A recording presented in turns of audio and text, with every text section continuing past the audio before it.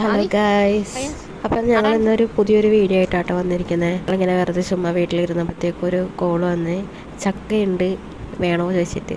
അപ്പം ഞങ്ങൾ വിചാരിച്ച് എന്നാൽ പിന്നെ ഒരു ഗോതമ്പൊടിയൊക്കെ വാങ്ങിയിട്ട് പോയി ചക്കട ഉണ്ടാക്കാം, അത് വീഡിയോ എടുക്കാമെന്നൊക്കെ വിചാരിച്ച്.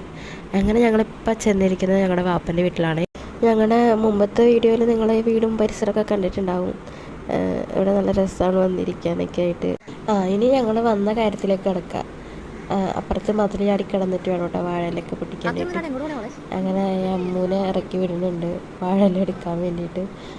അങ്ങനെ വാഴയിലൊക്കെ കിട്ടി, ഇനി അതൊന്ന് കഴുകി എടുക്കണം. പിന്നെ നമുക്ക് ചക്കച്ചോളയിലെ കുരുവൊക്കെ കളഞ്ഞെടുക്കണമായിരുന്നു, എന്നിട്ട് വേണം ചക്ക ഇങ്ങനെ വഴറ്റാൻ.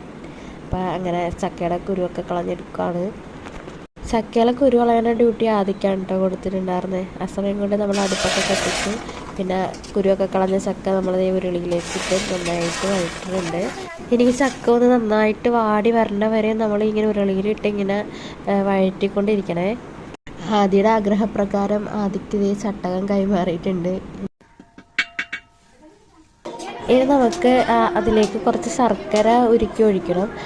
അപ്പോൾ നമ്മൾ ഈ ശർക്കര കുറച്ച് വെള്ളമൊക്കെ ഒഴിച്ചിട്ട് തിളപ്പിക്കാൻ വേണ്ടി വെക്കുന്നുണ്ട്. ഇനി ആ ശർക്കര നന്നായിട്ട് ചൂടായി മെൽറ്റായിട്ട് നമുക്ക് കിട്ടണം.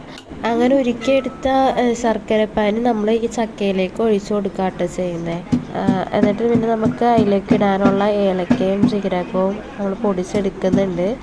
പിന്നെ ആ പൊടിച്ചെടുത്ത ഏലക്കയും ജീരകവും കൂടി നമ്മൾ ഇതിലേക്ക് ഇട്ട് കൊടുക്കുന്നുണ്ട് കേട്ടോ. എന്നിട്ട് നന്നായിട്ട് അത് മിക്സ് ചെയ്യണം. അതിനുശേഷം നമ്മൾ കുറച്ച് ഗോതമ്പൊടിയൊക്കെ ഇട്ട് കൊടുക്കുന്നുണ്ട്. അരിപ്പൊടിയാണ് കുറച്ചും കൂടി നല്ലതെന്നാണ് അമ്മായി പറഞ്ഞത്. പക്ഷെ ഞങ്ങൾ വാങ്ങിയിട്ട് വന്നത് ഗോതമ്പൊടി ആയിപ്പോയി. പിന്നെ നമ്മൾ വാഴയിലൊക്കെ കഴുകിയെടുത്തു.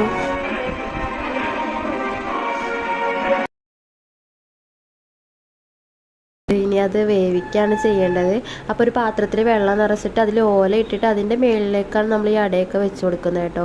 ഇങ്ങനെ ചെയ്യുമ്പോഴത്തേക്കും നമുക്ക് കുറച്ചും കൂടി കൂടുതൽ അട ഒരുമിച്ച് വേവിക്കാനായിട്ട് പറ്റും. അങ്ങനെ വിഷുവിന് വാങ്ങിച്ച കുറച്ച് കമ്പിത്തിരികളും പടക്കങ്ങളൊക്കെ കുറച്ച് ബാലൻസ് ഉണ്ടായേ. പിന്നെ ഞങ്ങൾ അതൊക്കെ അവിടെ നിന്ന് കത്തിച്ചു. ആ സമയം കൊണ്ട് നമുക്ക് അടയൊക്കെ വെന്ത് കിട്ടിയിട്ടുണ്ടായിരുന്നു.